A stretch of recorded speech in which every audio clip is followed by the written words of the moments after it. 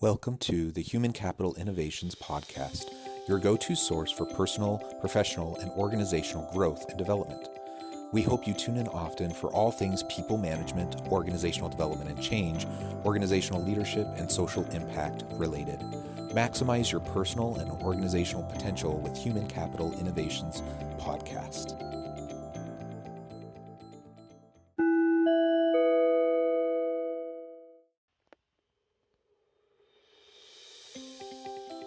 Welcome to the Human Capital Innovations Podcast. In this HCI podcast episode, I talk with Dr. Rosie Ward about guiding principles of rehumanizing the workplace.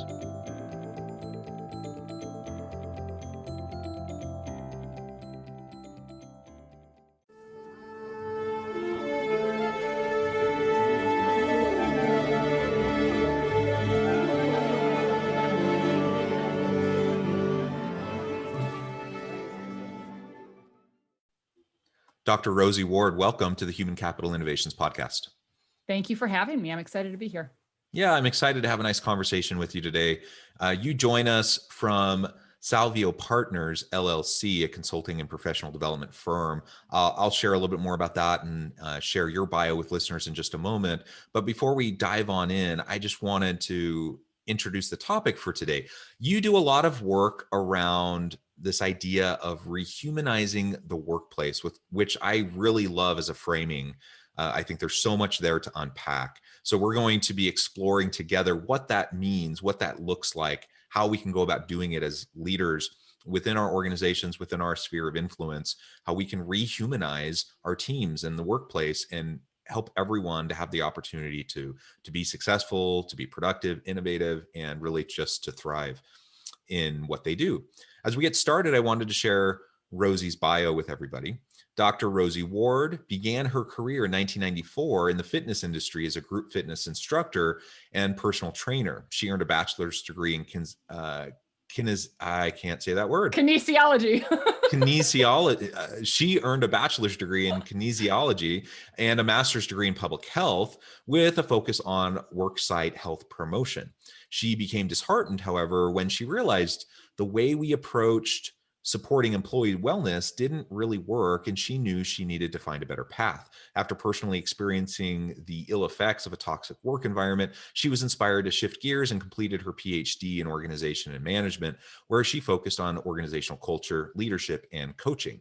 She started to see how incredibly interconnected our own health and well-being are with the organizations where we work. After holding various leadership and consulting roles, she co-founded Salvio Partners, LLC, and the firm is dedicated to rehumanizing workplaces so organizations and their people can thrive.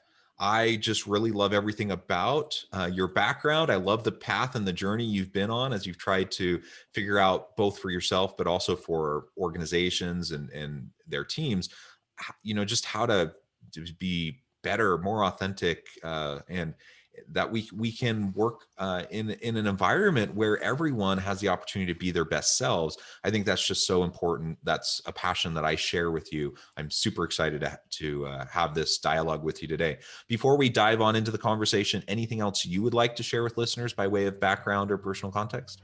No, I think that's great. I was laughing when you were saying quite the background. I obviously usually say it's a squiggly line. It's never a straight line to get the right detours, but it's been kind of fun to see how it all comes together. So, yeah, I think that's right, and that's similar to my background. I think most people don't have a perfectly linear upward path. We're all over the place most of the time, and that's what makes life fun and worth the journey, right? For sure.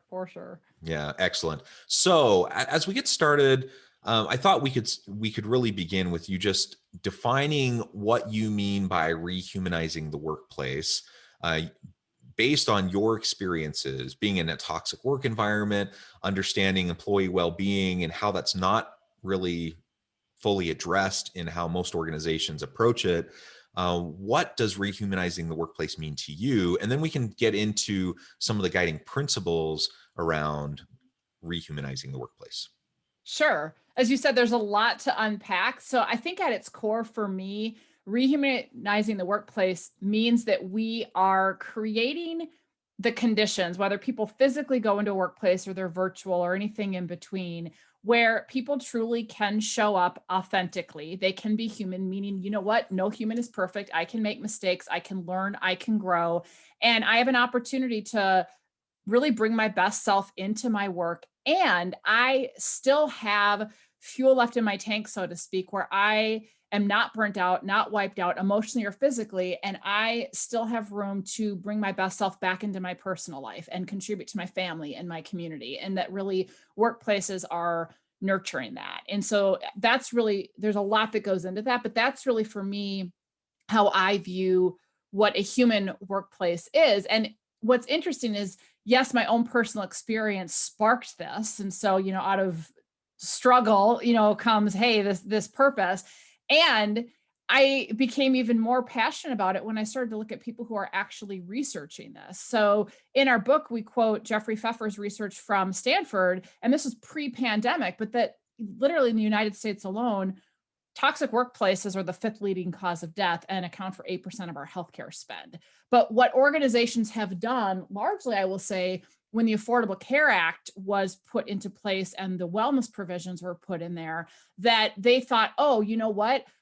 Our healthcare costs are going up because employees don't eat enough broccoli or they're not getting enough steps. And so they started putting these horrible, horrible wellness programs that are not founded in good science, that have been proven to be ineffective, that treat people like predictable, controllable machines and rodents and like little children, and people hate them, and thinking that, oh, if we just get them to change these health behaviors, but we don't have to fix the fact that we overwork them, that we don't have good project management, that we have poor leadership, that our culture sucks. But you know what? Go fix yourself. So it's all backwards. And so this interconnectedness, that you can't have an organization that at its core is unhealthy and expect your people that it's not going to suck the well-being out of them. I mean, I've experienced it. I've had friends who've experienced it. And you can take a emotionally, physically, spiritually, you name it, healthy person and put them in an environment like that, and it won't do so well. And you can have an environment and a culture that's really, really wonderful. And if they aren't supporting their employees in being able to give their gifts and show up as their best self and recognizing when they're human and they're struggling, that's not going to be helpful along. They go hand in hand. And so I really think human workplaces recognize that interconnectedness, and they try to foster the organizational health and well-being as well as the individual health and well-being. And it's not about kale and CrossFit. Yeah, yeah. Well, thank you for a little bit of background to that. And as you're saying that, I was just reflecting on a couple of the really frustrating places I've been in the past. I think we've all had those experiences, unfortunately, and it truly is unfortunate because it doesn't have to be that way. Right. But I think people default to tradition. They default to what they've seen in the past. Most leaders who find themselves in like formal leadership roles in various levels of management don't have a lot of background in actual leadership skills and competencies. They just find themselves in those positions because they were good at their previous job and then they got promoted, which doesn't necessarily mean anything for their ability to lead a team or to be effective on a larger scale. As they try to harness the energies of a whole variety of people and the expertise of a bunch of different people. And so you end up with very commonly toxic environments, or at the very least, unhealthy, unproductive environments. And it doesn't mean that the leaders are evil or that they have even bad intentions. It just means that most people don't really know what they're doing. And so they just are doing the best they know how, based on their own experience and what they've seen other people do, maybe a book they read or whatever. And they don't do the kind of the basic, consistent things that need to happen over time to develop and maintain and sustain a really healthy, psychologically safe culture, a place where people can bring their whole authentic self into the workplace, where they can truly be who they are. And where we're not constantly trying to squeeze every last little ounce of productivity out of somebody, with the hope that that'll make us look good in the short run, without any thought to what that means for that individual or our team in the long run. Because clearly that's not a sustainable approach. Absolutely. And you hit on a few really important things that I think organizations, again, no malintent. Certainly there are those horrible leaders, but a lot of times it's like, yeah, I was good at being an accountant or a physician or a salesman, and now you make me a leader, but you don't develop me in how to do it. And I'm used to being the go-to person. So either I'm going to clamp down and control or take over. And it's just because it's what I know and it's where I feel successful. And I love, I don't know if you're familiar with, Bob Anderson and Bill Adams. So they wrote Mastering Leadership and Scaling Leadership, but I love how they refer to the inner game and the outer game of leadership. So the inner game is our emotional intelligence and our identity and our meaning making system and all of those things. And the outer game are the skills and the competencies, and they both matter. But the inner game runs the outer game. And what we need is a really good, solid inner game and a refined outer game. But if I've become a leader, what do? I send you to a management 101 class on how to communicate. That's the outer game. But you know what? My inner game, to use Brene Brown's language, I'm armored up. I'm in self-protective mode. I feel like a fraud. I have imposter syndrome. I'm trying to hide my inadequacies. And all of that crap shows up. And in the last year, it's shown up even worse because the pandemic has put everybody into a space they've never been before. And so they double down on what's familiar. They double down on what feels comfortable. Armor goes up left and right. And then you have dehumanization that skyrockets even worse. Yeah, I think that's right. And I think the pandemic has really shown a spotlight on both great leaders who just really have risen to the challenge of just this really unique time and space, where we're trying to deal with shifts to virtual work and supporting people, showing more empathy. There have definitely been people that have risen to the challenge and have been exceptional. But there's been a whole lot of people, probably most people, where that same spotlight, has been focused on them, and it's just demonstrated the gaps, the huge gaps that exist. Again, no ill intent. Often with these individuals, they just don't know what they're doing. They're in over their head, and they're doing the best they know how. And we just need to be able to do better. So organizations do need to invest in their people. They do need to invest in leadership development, not just surface level stuff, not just checking the box to say they've done the training, but truly over time trying to develop the capacities and capabilities of their people. That's what needs to happen, so that when you do face a crisis, when you do face something like a global pandemic or disruptive shifts in your industry or whatever the case may be, that you won't buckle to the pressure of what often happens, and that is the people in the organization do become dehumanized. They are seen as cogs in a machine. They're seen as expendable. They're no longer invested in, which always kind of is strange to me, because we invest in other forms of capital without a second thought. But for whatever reason, when we have to invest in people, we somehow think that's just a sunk cost, that we're wasting our money. But we end up exploiting people. We end up treating them horribly, and we feel justified in doing it. Yeah.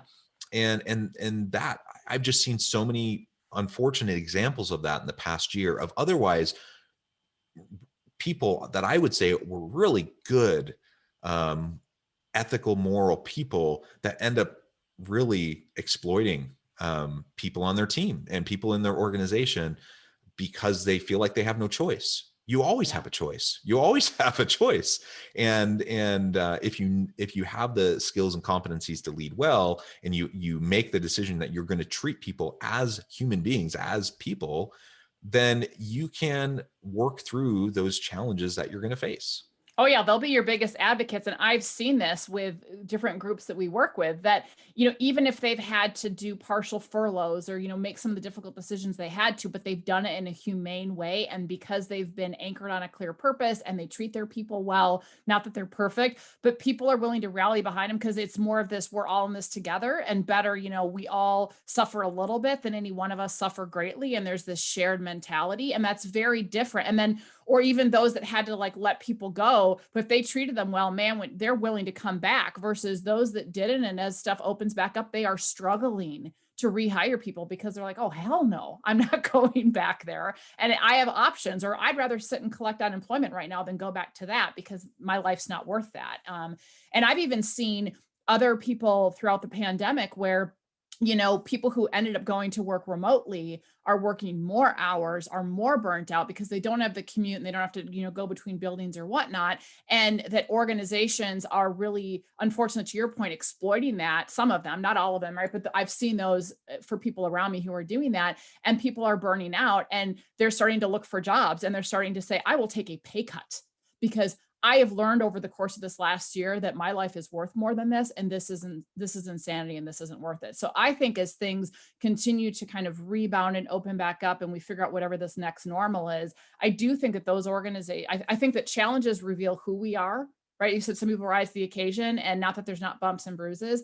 And I think that the true character of individuals and the true character of organizations collectively has been revealed more and more. And I think that those that really don't think that they need to treat their people like human beings are going to find themselves struggling, unfortunately. And there's an opportunity they can turn around, but it might be a bumpy road.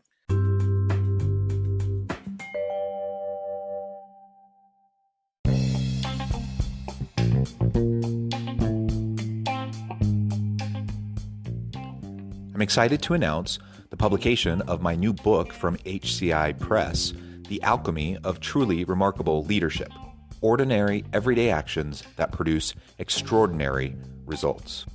Consider how the nature of work has shifted over the past 50 years. With increased globalization, rapid technological advancement, and the shift in economic composition, the average job of today looks very different than the average job of 50 years ago. What will the jobs and organizations of tomorrow look like? Moreover, what does this all mean for organizational leaders? What are the core competencies and capabilities of organizations and their leadership that are prepared for continued disruption and geopolitical and socioeconomic shifts? Regardless of what the future holds, increasingly, leaders need to be socially minded, data-driven, decisive, champions of talent, and disruptors of the traditional notions of leadership, teams, organizations, and work. The Alchemy of Truly Remarkable Leadership will help you to explore your own leadership competencies and capabilities and consider ways to apply and implement them into your workplace and personal life.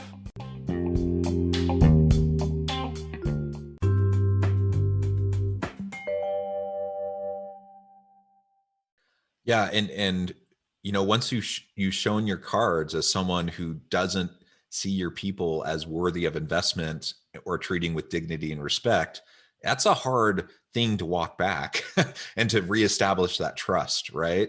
Well, yeah. And you have social media everywhere. You got Glassdoor, whatever. Like, guess what? Your reputation is now out there. So you've got some serious damage control to do.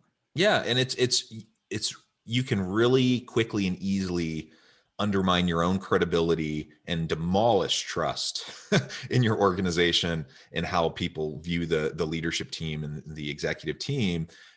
Rebuilding that trust is just really hard. And that's for people in the organization where you control the messaging. Once you get outside the organization, you're trying to attract good people, man, the horse is out of the barn there. And that's going to be a really difficult thing. It's going to be very expensive. It's going to be very time consuming and a difficult thing to reshape your reputation. So man, there's just so many cool things we can talk about in relation to this. I was thinking of, we'll get into the guiding principles here in just a moment, but I was thinking of just the relationship, the kind of the how this relates to like dating. I have teenage daughters, right? I want them to be treated respectfully by those that they go out on dates with. And so you have the guy who strings them along, doesn't return their calls or texts, makes them wait, honks the car, honks the horn outside while they're waiting for to pick them up, and just expecting for my daughter to go out, doesn't open the door for him. I mean, maybe some of this is antiquated behaviors, that I would hope that a gentleman would do. But the bottom line is I want them to treat my daughters well. I want them to treat them with respect, right? They are deserving of that respect.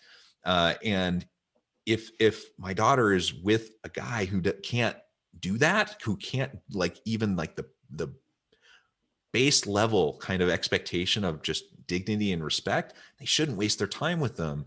It's just going to lead to other frustrations and other pain.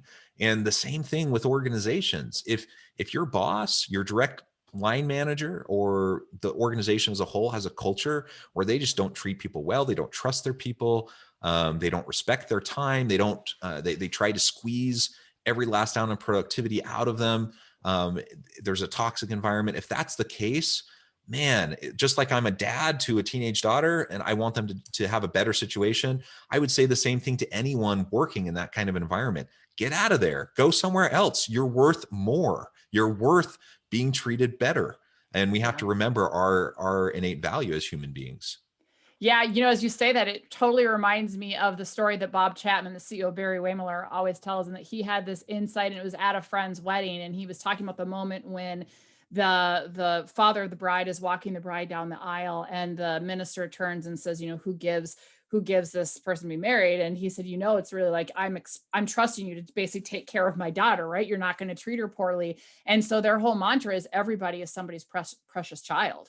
Right. So at work, like we wouldn't want our children treated this way. Like part of why I'm so passionate about this, I have a 10-year-old, and I've had 2 toxic work experiences. And the second one that I had almost broke me. And my son was 3. And I watched him when I would come home trying to keep it together and falling apart and crying at the dinner table. And like he started biting kids at daycare, and he was this loving, like you can't help it. It has a ripple effect. And I just think about, I don't ever want my son to have to go through what I've been through. You know, not only do I want him treated well on dates and whatever, but I don't want him to have to go through that. So why can't, you know, just like you want your daughters treated well on dates, like everybody is somebody's precious child.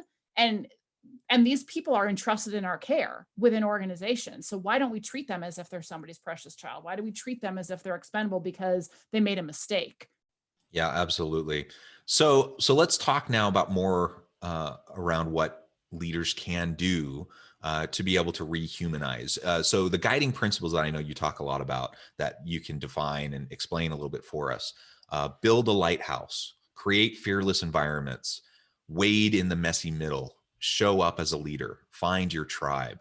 Maybe walk us through those guiding principles. What do they mean? How can we utilize those principles as leaders in our organizations to really take the bull by the horn and work to rehumanize our workplace? And we may be in a situation where, you know, our little sphere of influence is isolated and the broader organizational culture is not great. We may, you know, we can try to do that internal work to influence that and adjust it over time. But we certainly have our sphere of influence, you know, down here with our team, that we can start doing these things immediately. So walk us through that a little bit. Yeah, absolutely. And I will say, I'm so glad you pointed that out, because in our book, Rehumanizing the Workplace, we talk about this, that ultimately psychological safety and culture reside at that local team level. And so even if you don't have a formal people leadership title, like we all can show up as leaders and we all can have that influence. So the build a lighthouse principle is really this whole idea of, think about what a lighthouse does. It cuts through the fog. It guides our way when the waters get stormy and the seas get rough.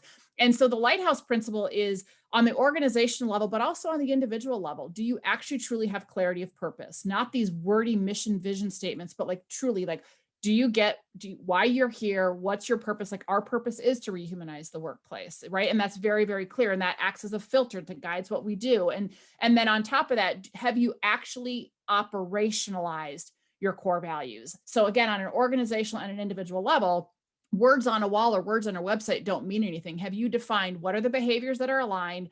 What are the behaviors that are out of alignment? And so you have guideposts, and that means you onboard people to those, you create deliberate practices to keep them alive. Like, they are living, breathing filters for how you show up.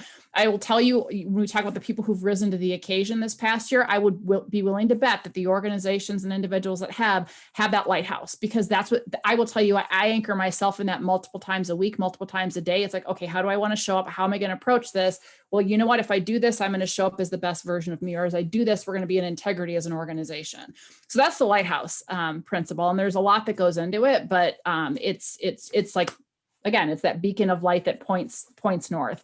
And so then the second principle, create fearless environments, is really all about psychological safety. So psychological safety is not about unicorns and rainbows. This is about, we are willing to lean in and have the tough conversations. We're willing to ask for help. We're willing to give help. We're willing to speak up. We're willing to say, I don't know.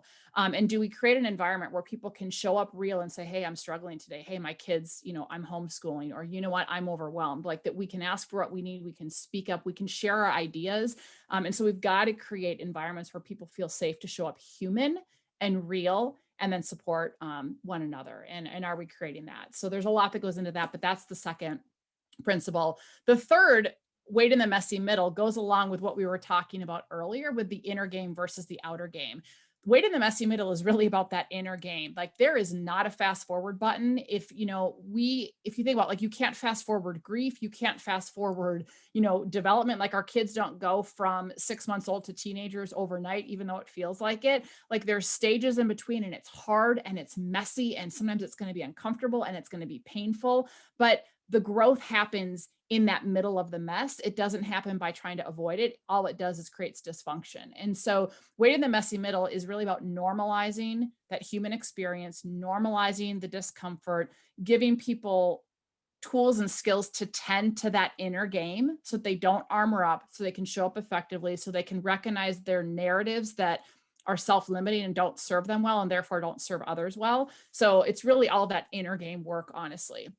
And it's hard to do that if you don't have a fearless environment, by the way, right? That feels safe to enter there. And then show up as a leader. We actually define leadership as maximizing our positive impact by becoming our best, fully authentic selves and supporting those around us to break past barriers and step into their greatness. So while there are people who have formal people leadership roles, let's be honest, you and I know people who have the title and the role, and they are not a leader. No way, no how. And we know people who don't have that title or role, and they are 100% a leader. And so we look at leadership is more about a behavior than a title or role. And that really, are we developing everybody to show up as leaders, to speak up, to take initiative, to maximize their positive impact, to show up authentically and not armored, which again, you can't show up as a leader if you haven't waited in the messy middle and if you don't have a fearless environment to do so. And then the last, find your tribe. This is really about seeking out people who are different than you. So this is where, inclusion and belonging comes in. This is about building community. This is about building relationships, because culture is not HR's responsibility or the CEO's, it's everybody's.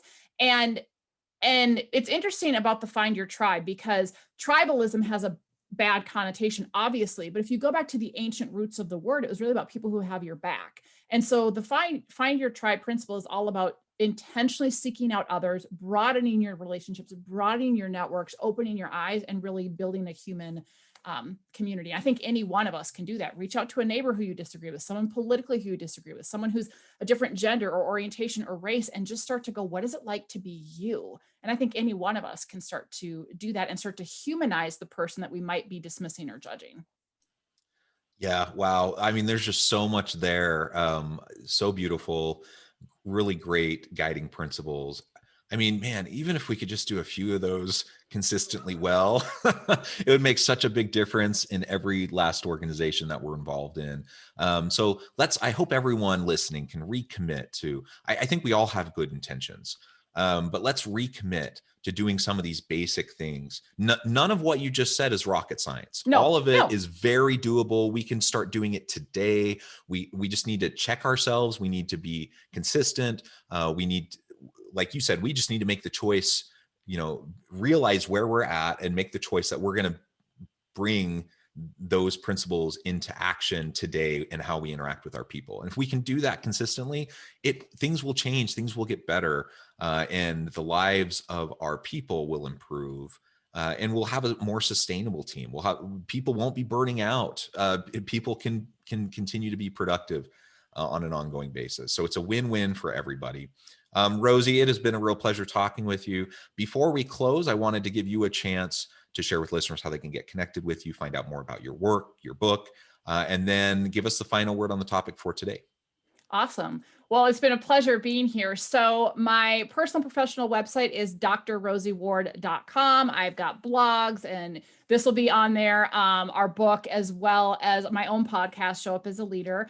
On Instagram and Facebook, it's Dr. Rosie Ward. I'm also on LinkedIn. And then our company website is salveopartners.com. And so that's where we have a lot of our consulting and workshop and leadership development. So you can reach me via both places. And I just think if there's one thing I can impart on people is recognizing that regardless of whether or not you have a good formal leader or not, we all, like you just said, we all have the opportunity to choose each and every day to show up as a leader in our life. So with our family, with our community, as well as at work. And I think if we are showing up and treating others well and showing up as our authentic selves, we inadvertently give other people permission to do the same. And we can start to kind of have that ripple effect. And I think that it's going to take a village of kick-ass leaders to shift the trajectory of dehumanized workplaces. So everybody can be part of that movement or that revolution, if you will, if they choose to.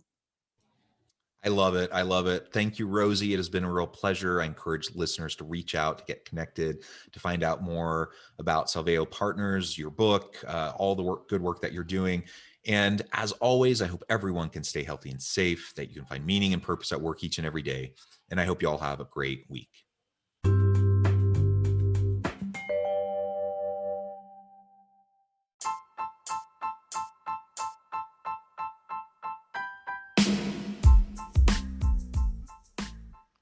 We are excited about the launch of HCI's new magazine, Human Capital Leadership.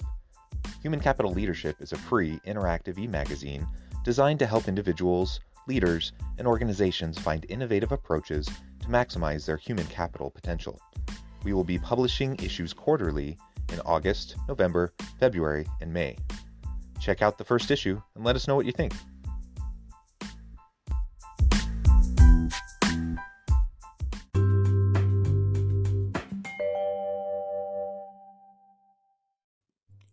Thanks again for joining us for this episode of the Human Capital Innovations Podcast. I hope you stay healthy and safe and that you have a great week.